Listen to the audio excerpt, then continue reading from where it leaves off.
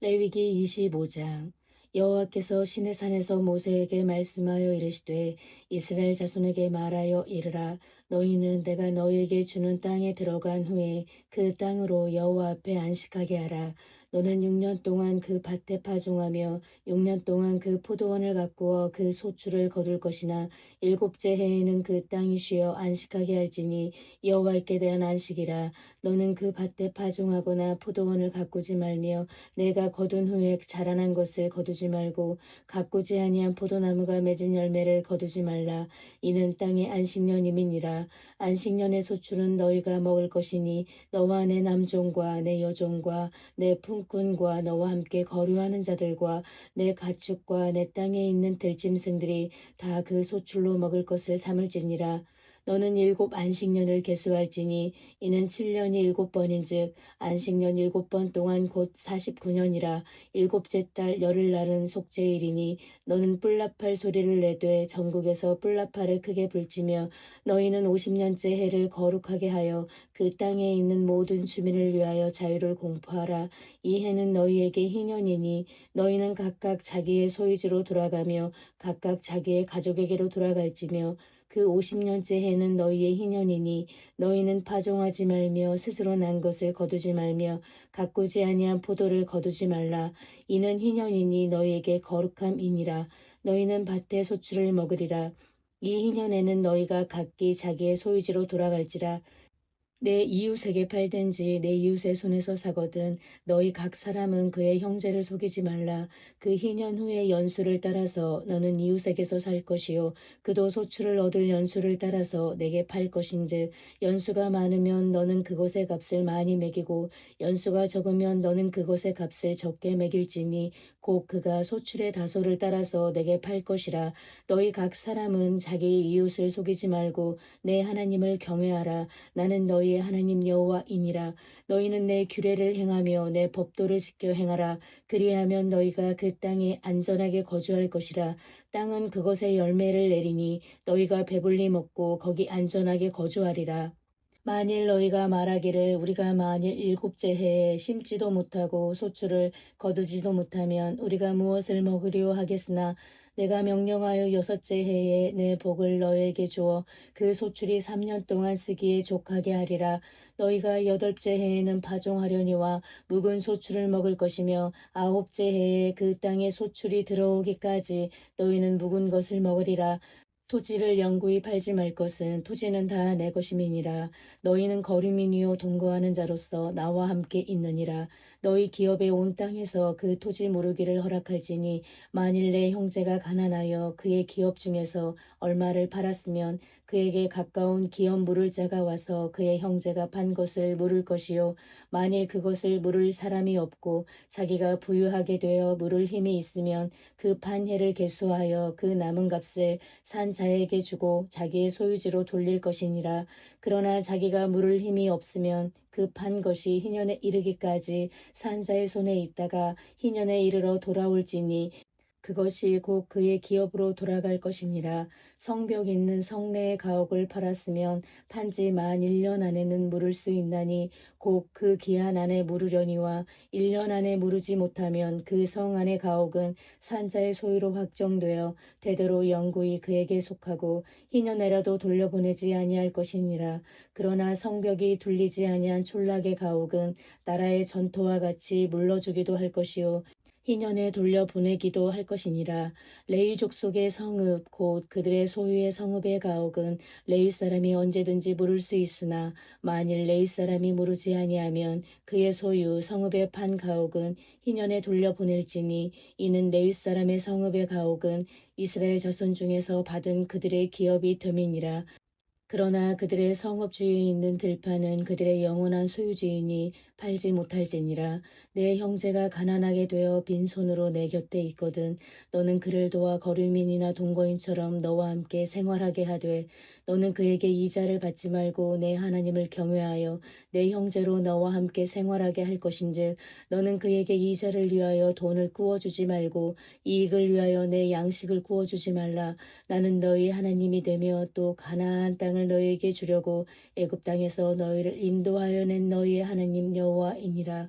너와 함께 있는 내 형제가 가난하게 되어 내게 몸이 팔리거든 너는 그를 종으로 부리지 말고 품꾼이나 동거인과 같이 함께 있게 하여 희년까지 너를 섬기게 하라. 그때에는 그와 그의 자녀가 함께 내게서 떠나 그의 가족과 그의 조상의 기업으로 돌아가게 하라.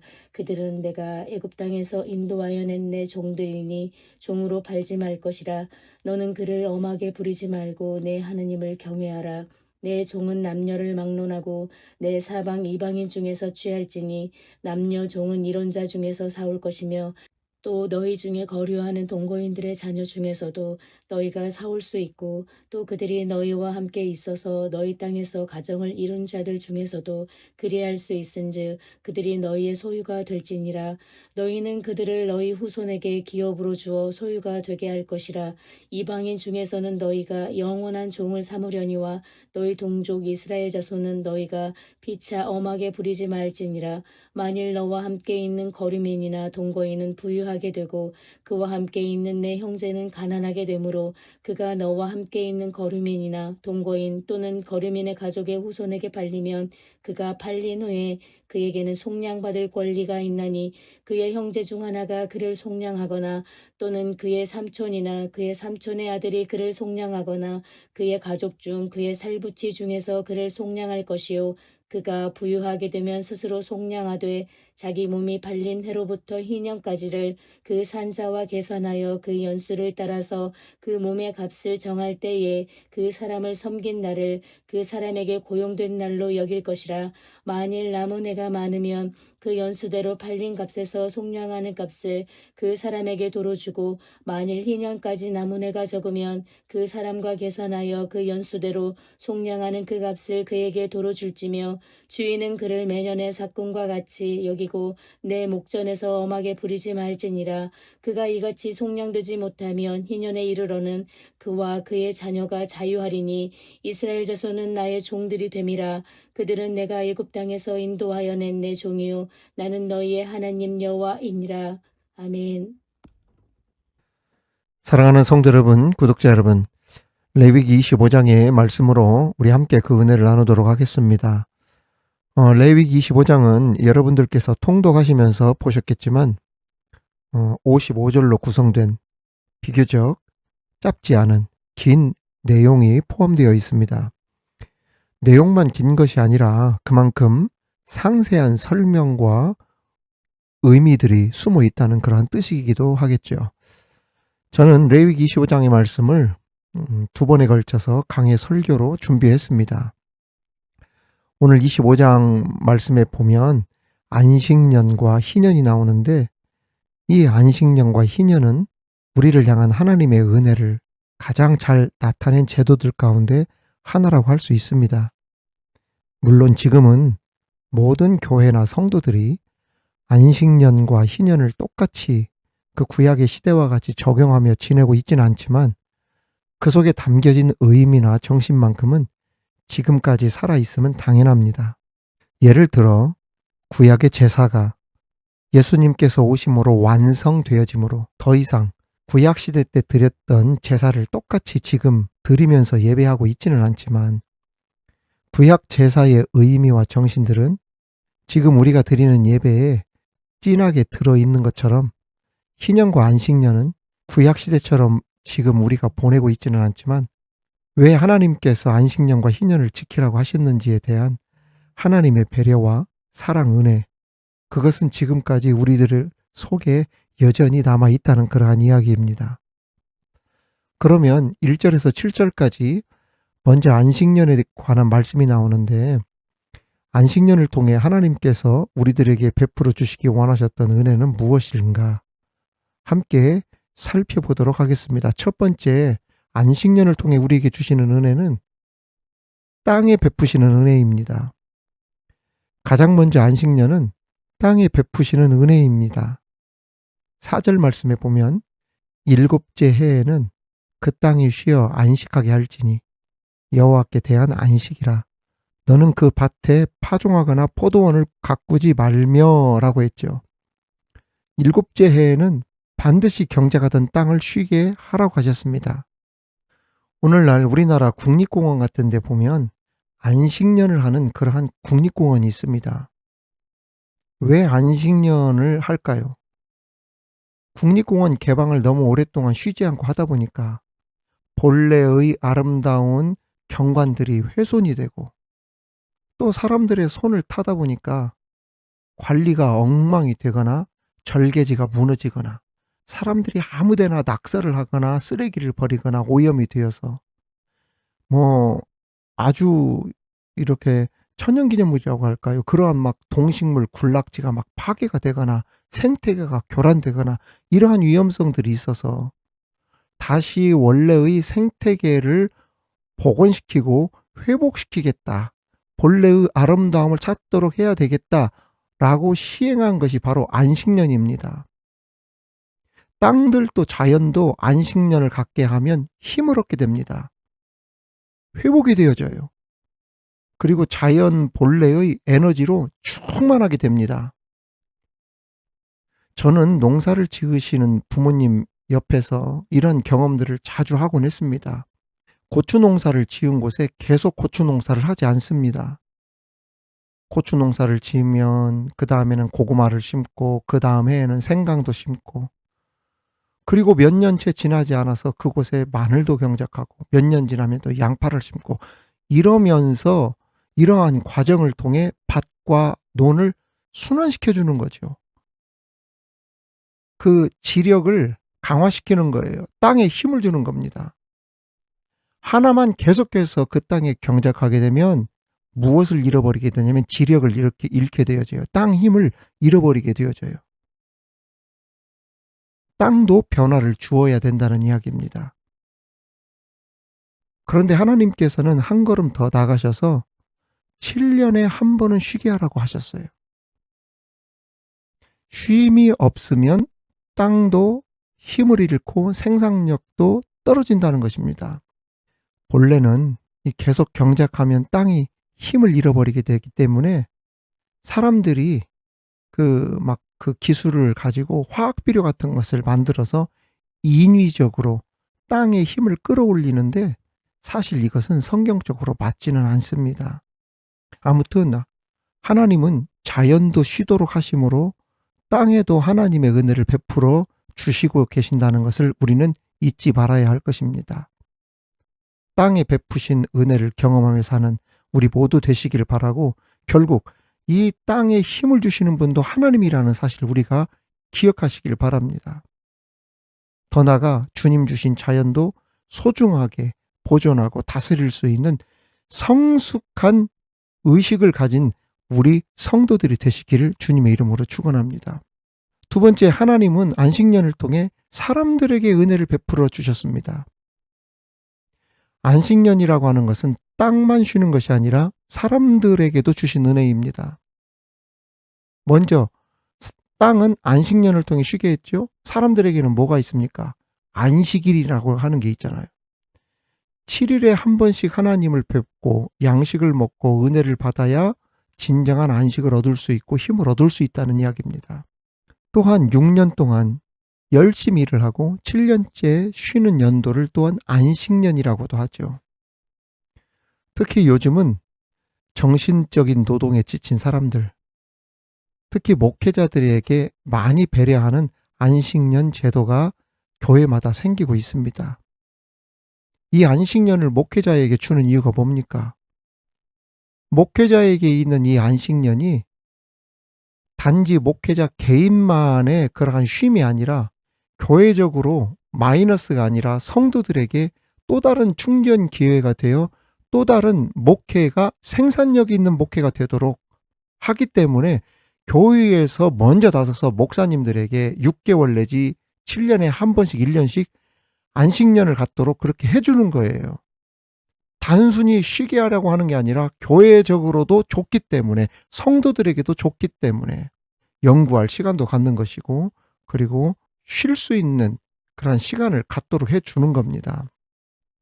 제가 미국에서 공부하는 동안에 같이 수업하시던 분 중에 이렇게 안식년에 들어오셔서 연구도 하시고 청강도 하시던 분들이 몇몇 분 계셨는데, 저와 같이 같은 팀에서 공부하시던 목사님이 분당 우리 교회 이찬수 목사님이셨어요. 저하고 같이 한 6개월 정도 같은 팀에서 공부했었거든요.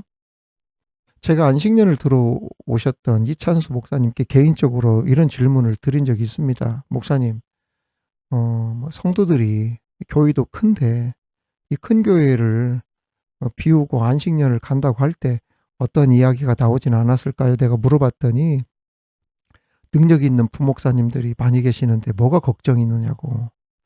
제가 그 부목사님들께 교회를 맡기지 못하고 여기를 못 올 정도라고 한다면은 그 목회를 잘 못하는 것 아니겠냐고. 저는 우리 부교육자들이 그 목회를 잘 할 줄 믿고, 또 교회에서도 안식년을 잘 다녀오실 수 있도록 이렇게 해서 제가 이렇게 와서 연구도 하고 또 쉼도 가지고 그런다고 그 안식년에 대해서 말씀을 하시는 걸 제가 직접 들었습니다. 아무튼 쉼이 없는 노동력은 절대 생산력을 높일 수 없습니다. 쉴 때는 또 쉬어야 되고 그러는 거예요. 저도 지금 일을 하고 있는데 새벽까지 일을 하지 않습니까? 그런데 좋게 얘기하면 참 열심히 사신다고 그런 이야기를 들을 때도 있고, 부지런하시다 막 이런 얘기를 들을 때가 많아요. 그런데 한편으로는 제 스스로도 내가 좀 무리하지 않나 이런 생각이 들 때가 있습니다. 사실 오늘 말씀인데, 어제 새벽에 늦게까지 일을 하다가요, 제가 손님을 한번 모시고 갔는데 얼마나 피곤하겠어요. 주일에 비가 오는 바람에 좀 새벽 늦게까지 일을 했었거든요. 그런데 쉬지도 못하고 거의 한 달에 하루 이틀 쉬나 모르겠습니다. 그런데 11월 달은 하루도 안 쉬고 나왔거든요. 그래서 나와서 일을 하다 보니까 새벽 2시쯤 넘어가니까 마지막 손님 태우고 가는데, 제가 그 신호등에서 잠깐 눈을 이렇게 감고 있었나 봐요. 앞차는 떠났는데 녹색 등이 켜졌는데 제가 잠시 눈을 감고 있으니까 옆에 있는 분이 어깨를 툭 치면서 출발했습니다 그러더라고요. 그래서 애들 아이고 손님 죄송합니다 하고 딱 출발했더니, 옆에 계신 분이 제가 우리 운전하시는 사장님을 보니까 굉장히 지금 피곤하고 좀 무리하시는 것 같이 보이네요.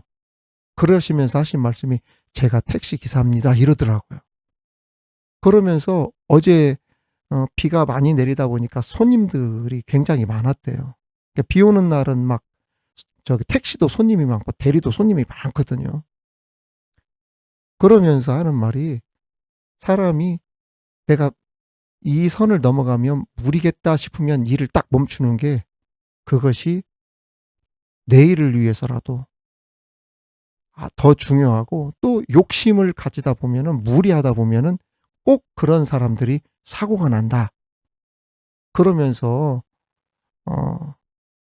나한테 그런 조언을 해주더라고요. 그래서 나도 오늘 여기까지만 하고 들어가야 되겠다고. 여러분 그렇습니다. 쉼이 없는 노동력은 그 다음날 또 지칠 것 아니겠어요. 계속 그 피곤함이 쌓이게 되어지면 건강에도 좋지도 않고, 또 일을 하는데에도 집중력도 떨어지고. 쉴 때 어떻게 하라? 쉴 때 쉬어야 돼요. 그것이 하나님이 우리에게 주신 6일간 열심히 일하고 7일째 쉬도록 하셨던 거. 그렇습니다. 먼 거리일수록 자동차는 휴게소에 들려야 합니다. 먼 거리를 빨리 간다고 해서 쉬지 않고 달리게 되면 오히려 더 늦게 가버리고 모든 사람이 불편해질 수 있게 되는 것입니다. 차가 고장날 수도 있죠. 그래서 일정 거리에 한 번씩은 꼭 쉬어가는 타임이 있어야 하는 것입니다. 결국 땅과 사람에게 베푸신 쉼의 은혜를 주신 것은 인간이 쉼없이 수고하여 수확하고자 하는 욕망에 브레이크를 잠시 걸어주시려고 하신 하나님의 지혜로운 제도라는 이야기예요. 그 은혜입니다. 일을 못하시게 하고 막으려고 하는 것이 아니라 더 복을 받도록 하시기 위해서. 무리하면 안 되니까, 죽을 수도 있으니까 멈추게 하시려고 하시는 그러한 하나님의 의도적인 브레이크란 말이죠. 사랑의 브레이크, 은혜의 브레이크인 것입니다. 다시 말하면 안식일과 안식년을 통해 우리들이 생산하고 먹고 벌고 쓰는 모든 것들은 하나님께서 주신 것이구나. 이 모든 것은 하나님의 은혜로구나. 이것을 깨닫게 하기 위하여서 안식일과 안식년을 주신 것이라 이 말입니다. 우리는 때론 열심히 일하다 하루라도 쉬면은 마치 뒤처지는 것과 같은 스트레스 속에서 살곤 합니다. 나 때문에 일하는 것이 아니라 일 때문에 내가 있다는 것처럼 그렇게 얽매여 살 때가 많지요. 그런데 우리가 그런 분주한 가운데서 잊지 말아야 할 것은 안식일과 안식년을 우리에게 주신 하나님. 하나님을 더 잘 믿으려고, 하나님을 더 잘 섬기려고 하나님께서 우리들에게 일을 주셨고, 또 너무나 정신없이 일에 치이다 살면은 하나님이 잊을까 하여서 하나님께서 우리들에게 또 이런 안식년, 안식일을 주셨다는 걸 우리가 기억하면서 내게 베푸신 하나님의 은혜의 안식일, 하나님께 예배하고 하나님을 기억하며 살아갈 수 있는 저와 여러분이 되기를 주님의 이름으로 축원합니다. 마지막으로는 하나님께 대한 신뢰와 감사를 회복하는 은혜입니다. 안식년에 모두가 쉰다는 의미는 단순히 육체가 쉰다는 것을 의미하는 것은 아닙니다. 안식일, 안식년의 참된 의미는 하나님께 대한 신뢰와 감사를 회복하는 은혜의 기간이라는 말씀입니다. 예를 들어서 교회에서 전교인 수련회를 한다. 수련회에 참석하기 위해 휴가 내서 참여하고 휴가면 쉬어야 되는데 오히려 수련회라고 하는 훈련장으로 막 성도들이 들어옵니다. 세상 사람들이 볼 때 그런 수련회가 야 휴가 때에는 휴가 가고 쉬어야 되지. 아이고 수련회 가면은 또 피곤하고 지치는 것 아니냐? 이렇게 이야기를 하는데 오히려 그러한 전교인 수련회가 성도들에게 진정한 안식이 된다는 이야기예요. 쉬면서 하나님을 만나고 교제를 나누는 은혜의 시간을 안식일을 통해 안식년을 통해 갖게 된다는 이야기입니다. 결국 안식일, 안식년을 통해서 하나님은 이 모든 것들은 내가 너희들에게 베푸는 은혜라. 이것을 깨닫게 해 주시기 위해 그 시간을 갖도록 해 주셨던 것입니다. 우리는 가끔 일을 하지 않으면 우리는 큰일 난다고 하는 잘못된 생각을 가지고 있습니다. 그러나 안식일은 우리로 하여금 일하는 것이 절대적인 것이 아니다. 열심히 사는 것도 중요하지만 하나님의 은혜 안에 우리가 살고 있다는 것을 먼저 알아야 한다는 것. 이 정신을 우리들에게 가르쳐주고 있는 것입니다. 21절 다 같이 보겠습니다. 내가 명령하여 6째 해에 내 복을 너희에게 주어 그 소출이 3년 동안 쓰기에 족하게 하리라. 할렐루야. 안식일에 쉬면, 안식년에 쉬면 우리가 생각할 때 손해가 나는 것 같지만 하나님께서 명령하신 대로 안식일을 지키고 안식년을 지키면 반드시 쓸 수 있도록 하나님께서 미리 축복해 주시고 채워주신다. 말씀하신 것입니다. 이제 하나님께서 나에게 축복해 주실 것을 믿고 주일 성수 잘 하시고 안식년도 잘 지켜 행하는 저와 여러분 땅의 기름짐의 축복 그리고 우리에게 베풀어 주신 그 은혜 경험하며 하나님이 우리를 지키시고 보호해 주신다고 하는 이 신뢰와 감사를 회복하는 은혜로 주님 안에 살아가는 저와 여러분이 다 되시기를 주님의 이름으로 축원합니다. 하나님 아버지 감사합니다. 이른 새벽 오늘의 말씀을 듣고 무릎 꿇고 기도하는 주의 자녀들, 우리 구독자 성도들 불꽃 같은 눈으로 지켜주시기를 원합니다. 주님, 오늘 말씀과 같이 우리들에게 참된 안식이 있게 하여 주옵소서.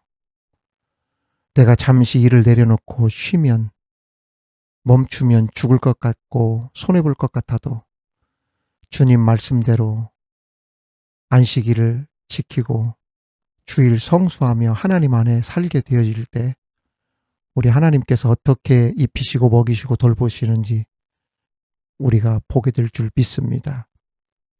하나님 우리에게 복을 주실 때 땅이 회복되는 은혜를 허락하여 주옵소서. 하나님께서 주신 우리 모두의 땅이 회복되게 하셔서 우리 성도들이 경영하는 일터마다 풍족한 소출이 있게 하시고 우리의 영혼도 회복되게 하셔서 하나님께 대한 믿음과 감사를 회복하는 우리 모두 되게 하여 주시옵소서. 오늘도 우리 주님께 모든 걸 의탁하오며 예수님 이름으로 기도하옵나이다. 아멘.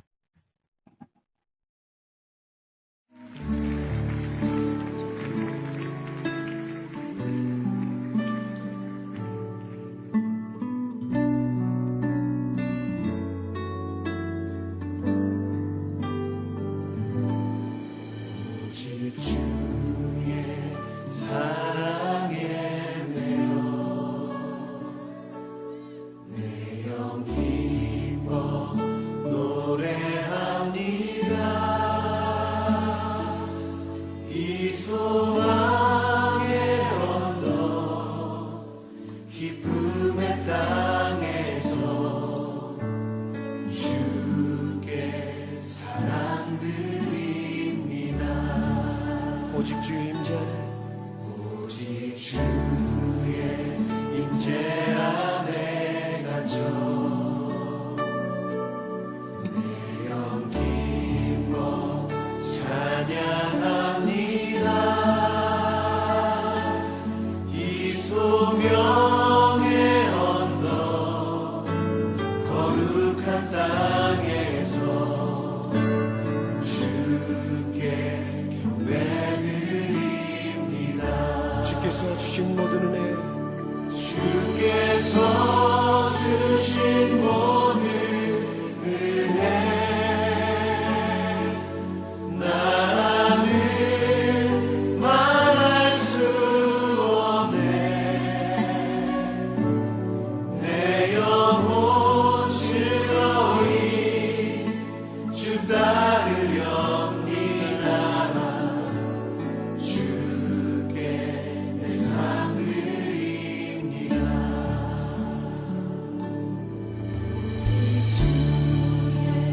사랑에 매여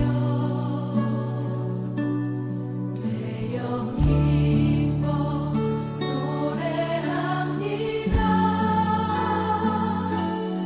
이 소망의 언덕 기쁨의 땅에서 주께 사랑드립니다. 우리 형제들이 고백하겠습니다. 오직 주의 임재 안에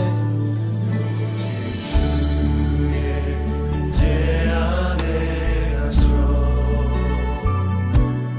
내 영 기뻐 찬양합니다. 이 소명의 언덕 거룩한 땅에서 주께 경배드립니다. 우리 함께